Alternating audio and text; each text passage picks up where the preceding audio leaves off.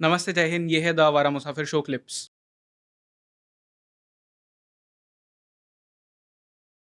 मैंने आपसे एक चीज़ कही कि I know a person who says कि Sri Lanka is not the real Lanka, और आपने कहा कि आई अग्री टू दैट।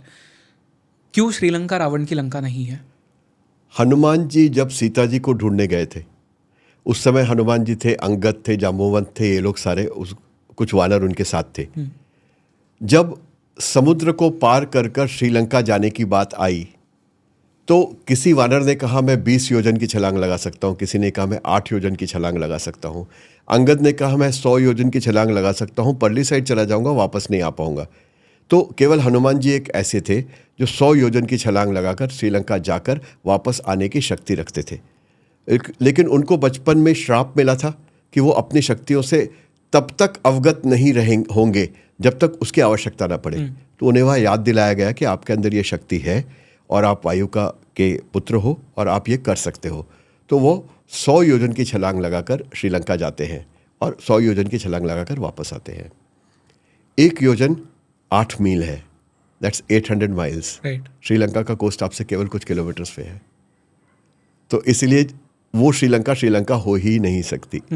तो कई लोगों ने कहा है कि श्रीलंका शायद मैडागास्कर है, कई लोगों ने कहा था श्रीलंका शायद बोर्नियो वगैरह इस तरफ कहीं है, जहाँ पे अगर आप 800 मील के परिसर को अगर सर्कल करेंगे तो बहुत सारी ऐसी जगह आ जाती हैं जो श्रीलंका हो सकती थी। लेकिन श्रीलंका में जब आप जाते हैं तो लोग कहते हैं कि श्रीलंका तो यही है, लेकिन वो इतनी नहीं थी जितनी अभी है। अभी ये कई योजन पीछे को, कई योजन हर तरफ को फैली हुई थी। और सालों साल जैसे जैसे टेम्परेचर बढ़ता गया, ग्लोबल वार्मिंग होती गई, वैसे वैसे समुद्र का लेवल ऊंचा होता गया और श्रीलंका का जो इलाका था, जो विस्तार था, वो समुद्र के नीचे डूबता गया। ये लोगों की मान्यता है। इसके सबूत के रूप में आप कहेंगे तो ऐसा है कि अगर आप कई एक्वाटिक एक्सपीडिशंस हुए हैं जिसमें लोग सबमरीन में जाके पानी के नीचे या डुबकी लगाकर गोताखोर गए हैं और उन्होंने श्रीलंका के चारों तरफ के तलहटी को देखा है, तो 3 और 4 किलोमीटर दूर तक बहुत सारे अवशेष मिले हैं।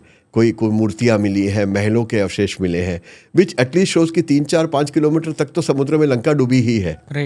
है और उससे आगे वो इतनी गहराई पर है कि वहाँ पर कोई इस प्रकार का अभी तक एक्सपीडिशन गया नहीं है जो 100 किलोमीटर दूर या 200 किलोमीटर दूर जाके और इतनी डेप्थ तक जाके और उसको इन्वेस्टिगेट कर सके। तो इसलिए पॉसिबिलिटी तो हमेशा की है ही ये कि वो श्रीलंका शायद इस लंका से बहुत बड़ी थी, उसका चारों तरफ फैलाव था।